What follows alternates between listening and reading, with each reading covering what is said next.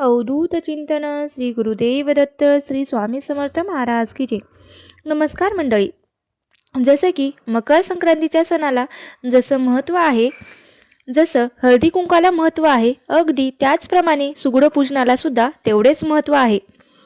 सुगड पूजन म्हणजे काय तर या दिवसांमध्ये शेतामध्ये जी पिकं निघतात ती सर्व घटामध्ये भरून किंवा एका मातीच्या बोळक्यामध्ये भरून त्याची पूजा केली जाते। यालाच आपण सुगड पूजन असे म्हणतो। काही ठिकाणी याला खण सुद्धा म्हणतात। मातीची बोळकी, सुगड, लोटकी अशा वेगवेगळ्या नावांनी ओळखलं जातं।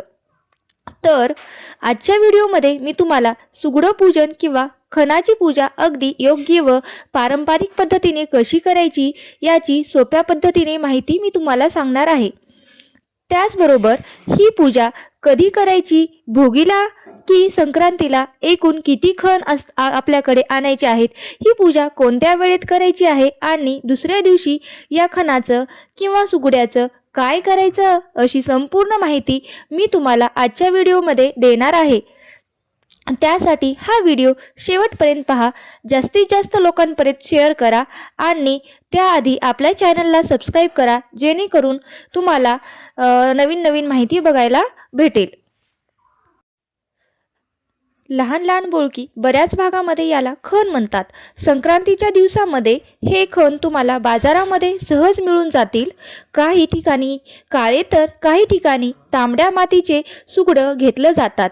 तुम्ही ज्या रंगाचे सुगड दरवर्षी वापरता तेच रंगाचे सुगड आपल्याला बाजारातून खरेदी करायचे आहेत। लक्षात ठेवा, सुगड आपल्याला भोगीच्या दिवशीच खरेदी करायचं असतं। जर तुम्हाला नाही जमलं तर तुम्ही संक्रांतीच्या दिवशी सकाळी पण खरेदी केलं तरीही चालू शकतं, पण शक्यतो भोगीच्या दिवशीच आपल्याला सुगड खरेदी करायचे आहेत। आपण बाजारामध्ये जेव्हा सुगड खरेदी करण्यासाठी जाल तेव्हा जाताना बरोबर आपल्यासोबत हळदी कुंकू, थोडंसं तीळ, तांदूळ आणि तिळगुळ घेऊन जायचं असतं। बाजारामधून सुगड खरेदी करण्यापूर्वी आपल्याला ते व्यवस्थित पाहून घ्यायचे आहेत। सुगड किंवा खण कुठेही तुटलेले, फुटलेले, विस्चिरलेले किंवा विरघळलेले नसावे याची खात्री करूनच आपल्याला सुगड खरेदी करायचे आहेत। सुगड खरेदी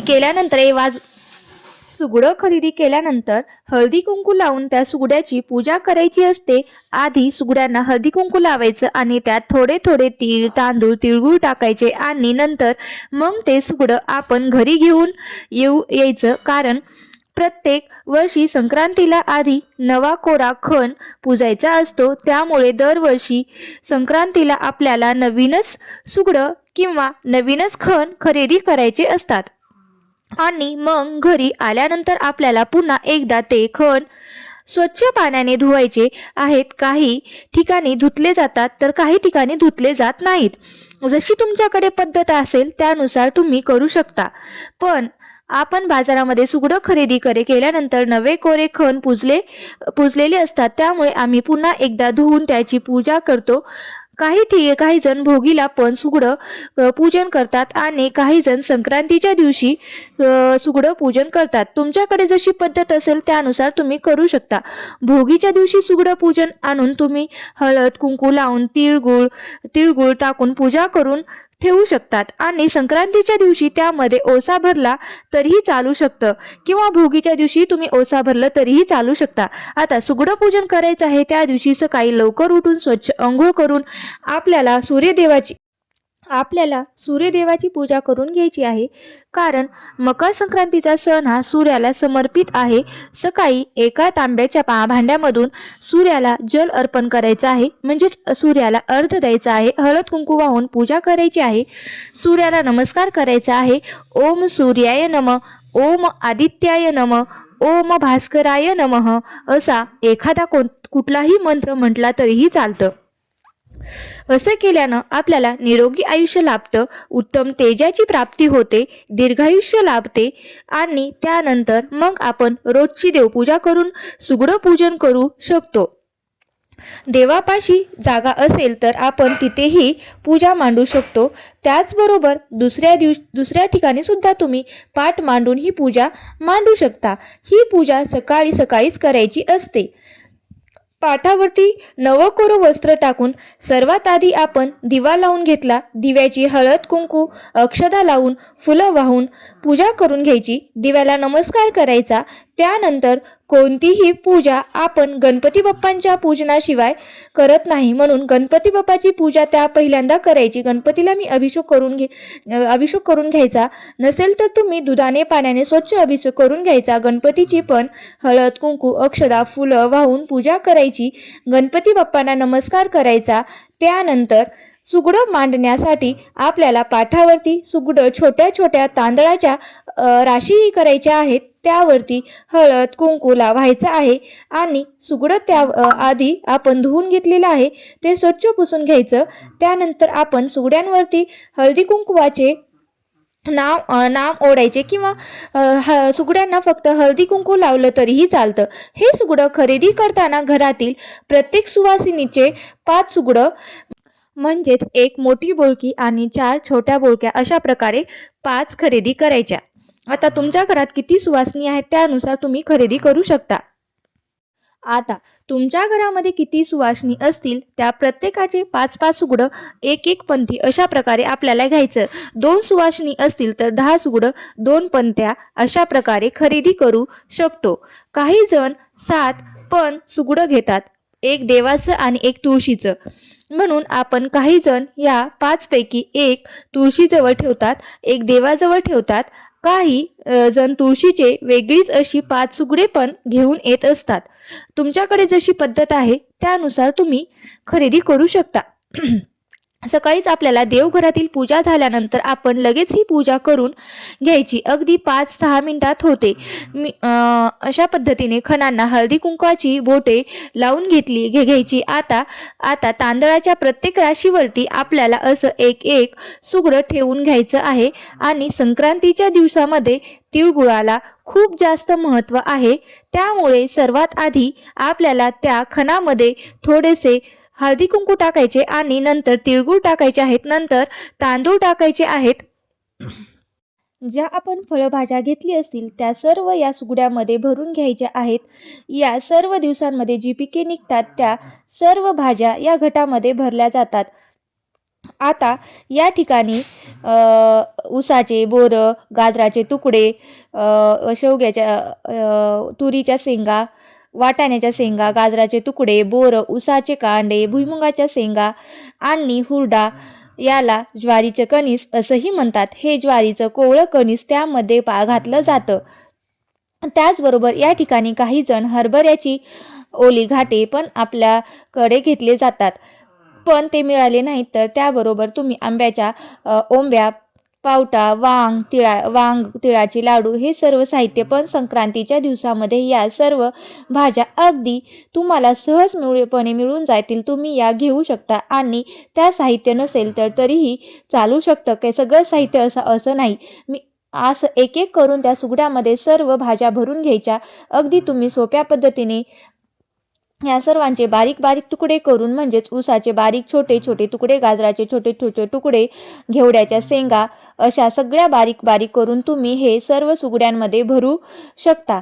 ते अगदी तुम्हाला सहजपणे भरता येतं. आता सर्व भाज्या सुगड्यांमध्ये आपल्याला अगदी गच्च भरून घ्यायच्या आहेत. इथे तुम्हाला छान दिसावं म्हणून मी अशा पद्धतीने घेतलेल्या आहेत.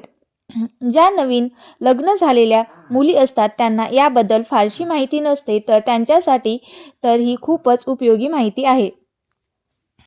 जे वाण किंवा साहित्य आहे ते सुगड्यामध्ये भरायचं थोडंसं आपल्याला जास्तीचं करायचं आहे, कारण सुगड्यामध्ये भरून ते थोडंसं शिल्लक ठेवायचं असतं. त्याचबरोबर आपल्या घरातील देवांना व्हायचं असतं. संक्रांतीच्या दिवशी घरातील तुळशीला व्हायचं असतं. आपण ज्या ठिकाणी ओसायला जाणार आहेत त्या मंदिरामध्ये त्या देवीला व्हायचं असतं. आपल्या घरी हळदी कुंकासाठी आलेल्या स्त्रियांना म्हणजे सुवासिनींच्या ओटीमध्ये घालायचं असतं. त्यामुळे थोडंसं जास्तीचं वाण आपल्याला करायचं असतं. सर्व सुगड्यामध्ये वाण भरून घेतल्यानंतर आपण जी पंथी घेतली होती त्यालाही आपण हळदी कुंकू लावून घ्यायचं. त्या पंथीमध्ये थोडंसं तीळ तांदूळ टाकायचं. हळदी कुंकू किंवा काही जण गुलाल सुद्धा टाकतात. जसं तुमच्याकडे पद्धत आहे त्या पद्धतीने तुम्ही करायचं. आता पंतीमध्ये भरलेलं सुगड्यावरती ठेवायचं. अशा प्रकारे सर्व सुगडं भरल्यानंतर पंती त्यावरती ठेवल्यानंतर आपल्याला सुगड्यांची पूजा करून घ्यायची. सर्व सुगड्यांना हळद कुंकू लावायचं. सुवासिनीने स्वतःला हळदी कुंकू लावून घ्यायचं. थोड्या अक्षता व्हायच्या. फुलं असेल तर फुलं व्हायची. त्या सुगड्यांना सर्वात शेवटी आपल्याला धूप अगरबत्ती घ्यायची आहे आणि त्यानंतर नैवेद्य दाखवायचा. संक्रांतीच्या दिवशी अनेक जण तिळगुळाच्या पोळ्या करतात, तर काही जण पुरणाच्या पोळ्या करतात. त्याचाही नैवेद्य दाखवला जातो. तुमच्याकडे जे कोणते गोडधोडाचे पदार्थ बनवले जात असतील त्याचा नैवेद्य आपल्याला दाखवायचा आहे. आता या ठिकाणी मकर संक्रांतीच्या दिवशी जवळच्या मंदिरात शक्यतो विठ्ठल रुक्मिणीच्या किंवा राम सीतेच्या मंदिरामध्ये स्त्रिया एकमेकींना ओसायला जातात आणि सर्व स्त्रिया तिथे पण हळदी कुंकाचा कार्यक्रम करतात. एकमेकींना ओसतात. आपल्यापैकी मोठ्यांना नमस्कार करायचा. सर्व आपली पूजा झाल्यानंतर मनोभावे नमस्कार करायचा. आपल्या परिवारासाठी सुख शांती समृद्धी, सूर्याकडे उत्तम तेज आणि आपल्या पतीसाठी दीर्घायुष्य मागायचं. आणि पूजा झाल्यानंतर आपल्याला ते सर्व सुगडं किंवा खण एका नव्या कोऱ्या कपड्याने झाकून ठेवायचे असतात. याचं कारण म्हणजे आपल्याकडे जे काही विपुल आहे, जे काही वाण आहे ते जगाला दिसू नये, उघडं पडू नये आणि ते आपल्याकडे सदैव टिकून राहावं म्हणून ते झाकून ठेवलं जातं. अशी पद्धत आहे पूर्वीपासून. आणि त्यानंतर मकर संक्रांतीच्या दिवशी आपण वौसायला जाताना त्यामधील 2 सुगडं आपल्याला ताटामध्ये ठेवायचं. ते सुद्धा आपल्याला एक रुमालाने झाकून ठेवायचं असतं. त्याचबरोबर आपण ज्या पंतीमध्ये तीळ तांदूळ गुलाल ठेवलेलं आहे ती सुद्धा आपण घ्यायचं आणि त्यानेच स्त्रियांना वौसायचं असतं. त्या तिळगुळ तांदळाने ओसायचं असतं. काही जण आलेल्या स्त्रियांना ओटीमध्येच ते सुगडं असे दान केले जातात, तर काही जण सुगड्यांमधील वाण घालतात किंवा काही जणीने वाण शिल्लक ठेवलेलं असतं ते सुद्धा स्त्रियांच्या ओटीमध्ये घालतात. जसे तुमच्याकडे पद्धत असेल त्यानुसार तुम्ही करू शकता. आपण मंदिरात जाताना सुद्धा हे वाण घेऊन जायचं आणि तेथील देवीला पण व्हायचं असतं. अशा प्रकारे वौसायला जाताना आधी देवघरातील देवांना, नंतर विठ्ठल रुक्मिणींना आणि त्यानंतर घरातील तुळशीला वौसायचं. अनंतर आपण ज्या मंदिरामध्ये वौसायला जाणार आहोत त्या देवीला वौसायचं आणि त्यानंतर स्त्रियांनी एकमेकींना वौसायचं. आपल्यापेक्षा मोठ्यांना नमस्कार करायचा आणि वाण उरलं असेल तर आपल्या घरी आलेल्या हळदी कुंकासाठी स्त्रियांना त्यांच्या ओटीमध्ये थोडं थोडं वाण घालायचं. हे सुगडं आपण आपल्या पाशीच ठेवलं तरीही यातील जे वाण आहे दुसऱ्या दिवशी तुम्ही गाईला सुद्धा खाऊ घालू शकतात. अशा प्रकारे आजच्या व्हिडिओमध्ये तुम्हाला सुगडं पूजन किंवा खणाची पूजा कशी करावी, अगदी साधी सोपी पूजा कशी करावी, तुम्हाला जर आवडली असेल तर नक्की जास्तीत जास्त लोकांपर्यंत शेअर करा आणि माझ्या चॅनलवरती नवीन असाल तर चॅनलला सबस्क्राईब करून घ्या. श्री स्वामी समर्थ. जय जय स्वामी समर्थ.